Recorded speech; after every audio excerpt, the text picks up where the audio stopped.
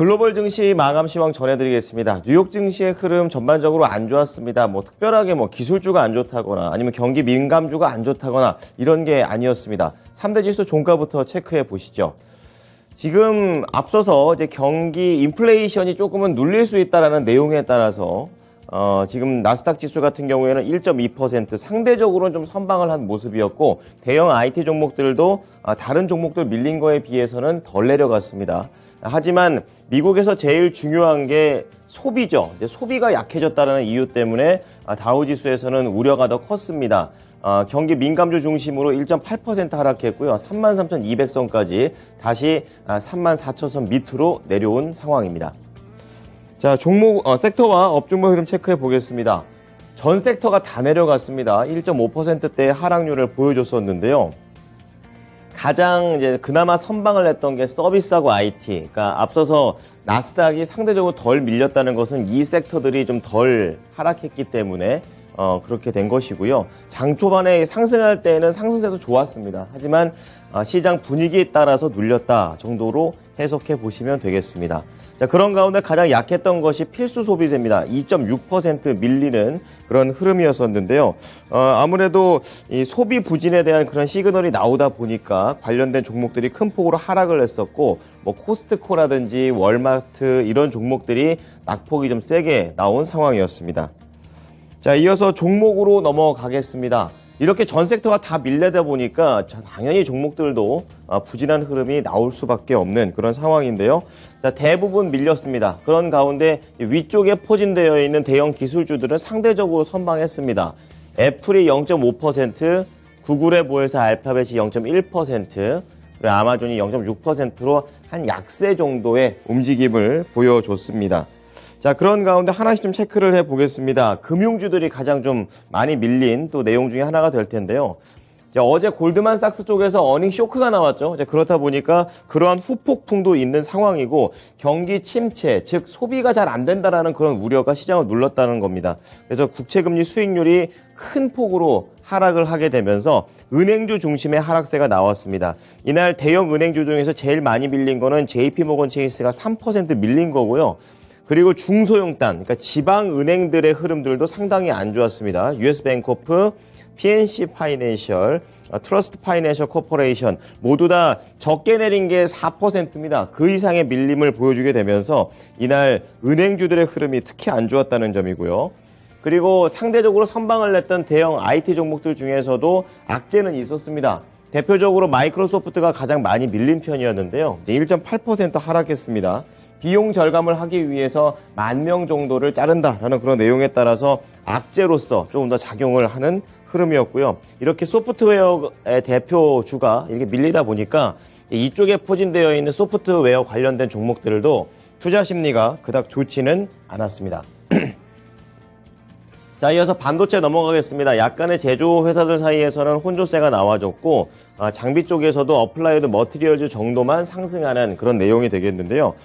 지금 퀄컴이 1.4%, 다른 종목들 다 밀리고 있을 때 거의 유일하게 반등을 주고 있는 모습입니다. 주당 0.75달러 수준의 분기 배당을 발표하게 되면서 이렇게 상승할 수 있었고요. 이날 성장주 중에서는 테슬라 좀 보셔야겠습니다. 장중에 변동성의 끝판왕이다라고 할 정도로 굉장히 흔들리고 있는 모습인데요. 초반에 한 4% 이상 올라갔습니다. 그러다가 시장 눌리니까 2%로 반락해버린 그런 상황입니다. 이 미국의 증권사 베어드 쪽에서는요, 수요 둔화에 대한 그런 악재를 이미 주가에 다 반영했다 이렇게 좀 얘기를 하고 있고, 독일하고 미국의 기가 팩토리가 있는데 여기에서의 생산량이 상당히 고무적이라는 얘기까지 나와줬습니다. 이제 그런 가운데 올해 탑픽 종목으로 선택을 하게 되면서 초반에는 좋았습니다. 그래서 다른 종목들도 테슬라를 따라서 이렇게 분위기가 좋았다가 시장이 눌리면서 하락했고요. 이날 테슬라 말고 리비안 같은 전기차 스타트업 2.5% 밀렸고요. 중국 전기차들 다 하락했고, 퀀텀스케이프라든지 그리고 다른 인프라 관련된 종목들도 전반적으로 차익 매물이 나오게 되면서 최근에 상승세를 다 되돌렸습니다. 자, 이어서 특징주로 넘어가겠습니다. 미국에서 자율주행하면 모빌아이죠. 지금 상장을 해서 좀 긍정적인 모습을 계속해서 유지해주고 있는데요. 간밤에 종목들이 다 이제 밀리는 그런 상황에서도 6%나 그야말로 점프를 하는 그런 흐름이 나와줬습니다. 도이치방크의 긍정적인 분석이 나왔기 때문인데요. 목표 주가를 주당 48달러, 이제 본격적으로 모빌아이를 커버리지를 시작한다는 것을 긍정적으로 봤습니다. 지금 모빌아이의 기술 자체가 에이다스 시장에서 우위를 차지하는 것처럼 앞으로 조금 더 확장시켰을 때, 그러니까 자율주행 시장에서도 이러한 흐름은 이어질 것이다 라고 얘기를 했습니다. 그래서 6.1% 오른 33달러 중반에 거래를 마쳤습니다. 자, 두 번째 넘어가 보겠습니다. 중소형 은행주 중에서 가장 부진했던 게 바로 PNC 파이낸셜입니다. 이날 실적이 부진하게 나오면서 6% 하락을 했습니다. 최근에 이렇게 바닥 찍고 쭉 올라오다가 다시 한번 낙폭을 좀 크게 하고 있는 그런 모습인데요. 매출이 36억 8천만 달러, 주당 순이익 3.49달러, 모두 다 예상치를 하회하는 안 좋은 내용입니다. 특히 이 순이익 자체가 떨어진 것에 집중을 했었는데요. 부분적으로 신용 손실과 관련된 충당금을 또 마련한다. 다시 한번 대형은행들과 마찬가지로 충당금 이슈가 나오면서 더 크게 밀렸습니다. 이날 6% 밀리면서 152달러의 종가를 형성했습니다. 자, 이어서 미국 현지 연결해서 좀 더 자세한 내용들 알아보겠습니다. SH인베스트먼트 김선영 연구원입니다. 연구원님 안녕하십니까? 네, 안녕하십니까? 네. 자, 미국 증시 결국에는 장 후반에 힘이 쭉 빠지면서 거래를 마쳤습니다. 어떠한 분위기였습니까? 예, 오늘 뉴욕 증시는 부진한 소매 판매 지표와 제롬 파웰 연준 의장의 코로나19 감염 뉴스 속에 최근 지수 상승에 대한 차익 실현 매물이 유입되면서 3대 지수가 모두 1.2에서 1.8%대의 급락세를 보였습니다. 12월 생산자 물가지수 PPI가 예상보다 하락했지만 12월 소매 판매 역시 큰 폭으로 감소한 점이 시장의 부담으로 작용한 하루였는데요. 생산자 물가가 한 달 새 0.5% 급락하면서 인플레이션이 둔화 국면에 들어섰음을 보이고 있지만 동시에 소비 역시 1.1% 감소하면서 경제에 냉기가 돌고 있음을 시사한다는 분석인 가운데 미국은 소비가 실물 경제의 3분의 2를 차지하는 나라로 소비가 부진하게 되면 경제 전체가 얼어붙게 되는 구조입니다. 여기에 빅테크의 상징 기업인 마이크로소프트가 오는 3월 31일까지 10,000명 이상의 직원을 해고할 것이라고 발표하고 장중 제롬 파웰 의장의 코로나19 감염 뉴스가 주가 지수의 낙폭을 키웠던 가운데 연준 측은 질병통제예방센터 CDC의 지침에 따라 그가 집에서 격리하며 원격으로 일하고 있으며 현재 가벼운 증상을 보이고 있다고 전하는 가운데 69세인 파월 의장은 코로나19 백신과 부스터샷 접종을 이미 받은 것으로 알려져 있으며 파월 의장의 코로나19 감염이 주목을 받는 이유는 오는 31일부터 이틀간 열리는 올해 첫 FOMC 정례회의가 열리기 때문으로 그가 대면 회의에 참석할 수 있을지도 불투명해진 상황입니다. 네. 자, 이어서 하나씩 좀 체크를 해보겠는데요. 이날 연준 인사들의 발언들도 상당히 좀 매파적이었습니다. 이미 우리 국내 시장에서도 매파 연준위원으로 잘 알려져 있는 제임스 블러드 세인트루이스 연은 총재가 기준금리와 관련해가지고 좀 더 올려야 된다는 내용들을 계속 언급을 했었는데요. 세부적으로 어떤 근거들을 들고 있습니까?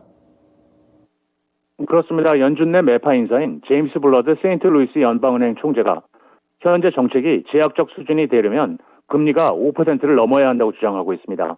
그는 더 월스트리트저널지와의 대담을 통해 2023년 말까지 연방기금금리가 5.25에서 5.5% 수준이 될 것으로 예상하면서 정책은 거의 제약적인 수준에 가깝지만 아직 그 수준은 아니라면서 제약적인 수준이 되려면 금리가 적어도 5% 이상 돼야 할 것이라고 주장하면서 다음 회의에서 50 베이시스 포인트의 금리 인상이 적절할 것이라고 시사했는데요. 이것은 현재 시장의 해당인 0.25 베이시스 포인트를 넘어서는 것입니다. 그는 또한 인플레이션은 올해 말까지 계속 높은 수준을 보일 것이라면서 올해에는 희망하는 인플레이션은 지속적으로 하락하는 것이지만 우리는 아직 거기에 있지 않다면서 디스인플레이션 과정이 자리를 잡으려면 긴축적인 쪽으로 유지하는 것이 낫다고 말하면서 현재 경제 연착륙 가능성은 크게 개선됐으며 2022년 하반기에 고용과 GDP 성장률이 높았던 점은 고무적이라고 평가하며 유럽의 경기 침체 위험이 완화되고 중국이 리오프닝에 나서면서 글로벌 경제 요인이 개선되고 있지만 이것은 오히려 향후 인플레이션을 부추길 수 있다고 덧붙였습니다. 네, 다음으로 넘어가 보도록 하겠습니다. 지금 미국 증시가 새해 들어서는 어느 정도 잘 움직여주고 있는 흐름인데요. 이런 내용과는 상관없이 JP모건 측에서는 반대되는 의견을 내놨습니다. 어떤 내용이 있을까요? 예, 그렇습니다. 미국 증시가 새해 들어 상승세를 이어가고 있는 가운데 증권사 JP모건은 증시의 하락 가능성을 경고하고 나서면서 오늘 시장에 부정적으로 반영됐습니다. JP모건은 미국의 증시 상승 랠리가 약세장에서 나타나는 일시적인 이른바 신기루에 불과한 반등일 가능성이 크다면서 투자자들이 최근 장세를 통해 매도 기회를 잡아야 한다며 증시가 1분기에 들어가면서 현재 상승 랠리가 희미해질 것이라며 연방준비제도의 추가 금리 인상을 둘러싼 불확실성이 투자 심리를 위축시킬 것이라며 인플레이션과 실적 둔화, 지출 감소 등도 시장의 잠재적인 커브볼이 될 수 있다며 투자자들이 최근 증시에 나타나고 있는 상승 랠리를 이용해 차익을 실현하고 주식 보유 비중을 축소하는 것이 적합하다고 강조하고 있습니다. 또한 최근 몇 달간 경기 순환주가 경기 방어주를 앞지르고 있는 점도 상승 랠리의 회의적인 이유라며 시장이 마치 우리가 회복기에 접어든 것처럼 행동하고 있지만 연준은 아직 금리 인상 정책을 중단하지 않았다면서 회복기는 연준이 금리 인하에 나선 이후에 찾아올 것이라며 새해 들어 미국 증시에 나타나고 있는 상승 랠리가 곧 난기류에 직면하고 시기상조로 끝나게 될 것이라고 덧붙였습니다. 네, 미국 증시에서 이제 은행권 사람들은 상당히 좀 보수적인 얘기들을 계속 이어가고 있는 흐름 다시 한번 확인해 볼 수 있었습니다. 자, 이어서 종목 넘어가 볼 텐데요. 이날 시장에서 대부분의 종목이 하락했습니다. 그럼에도 불구하고 이제 개별적으로 소식이 나온 이런 종목들은 잘 가는 부분인데요. 모더나가 그랬습니다. 어떤 소식입니까? 예, 그렇습니다. 호흡기 세포 융합 바이러스, 즉 RSV 백신에 대한 실험에서 강력한 효과를 발표한 모더나의 주가가 오늘 시장 하락 속에서도 3.3%가 상승한 197달러 2센트의 거래를 마쳤습니다. 모더나는 RNA 기반 RSV 백신이 60세 이상 성인의 질병 예방에 약 83%의 효능을 보였고 심각한 질병에도 82.4%를 효과를 보였다고 발표했으며 이에 앞서 암 치료제에서도 약물의 실험에서 강력한 결과를 발표한 바 있었습니다. 전문가들은 고령자 RSV 백신 연간 매출이 약 70억 달러에 이를 것으로 예상하고 있으며 미국 식품의약국 FDA는 5월에 파이저와 GSK의 고령자형 RSV 백신 승인 여부를 결정할 예정이며 질병통제예방센터의 권고와 출시 가능성은 6월에 나올 수 있으며 모더나 역시 곧바로 FDA의 승인을 신청할 계획으로 알려져 있습니다. 자, 내일에도 계속해서 실적 발표가 쏟아지는 그런 상황인데요. 경제 일정과 실적 발표 기업들 알려주시죠.